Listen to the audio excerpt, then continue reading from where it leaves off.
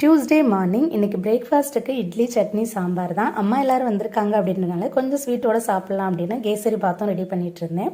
ஊர்லேருந்து நம்ம ரிலேட்டிவ்ஸ் எல்லாம் வந்துட்டாங்க அப்படின்னாலே ஸ்கூல் போகிற குட்டீஸ்க்கு கொஞ்சம் ஃபீலிங்காக தான் இருக்கும்.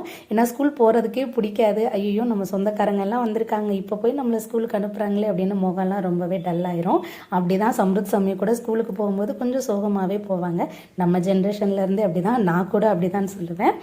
சமீமா ஸ்கூல்லேருந்து ப்ராஜெக்ட் செஞ்சு எடுத்துகிட்டு வர சொல்லியிருந்தாங்க. ஸோ அவள் ஏரோப்ளேன் பண்ணிவிட்டு கொஞ்சம் கலரிங்லாம் பண்ணி எடுத்து வச்சுருந்தா. பசங்க ஸ்கூலுக்கு போகிறதுக்கு முன்னாடியே தாரியும் எந்திரிச்சிடுவா. எழுந்து அவங்க ஸ்கூலுக்கு போகும்போது பாய் சொல்லிட்டா தான் அவளுக்கு கொஞ்சம் திருப்தியாக இருக்கும்.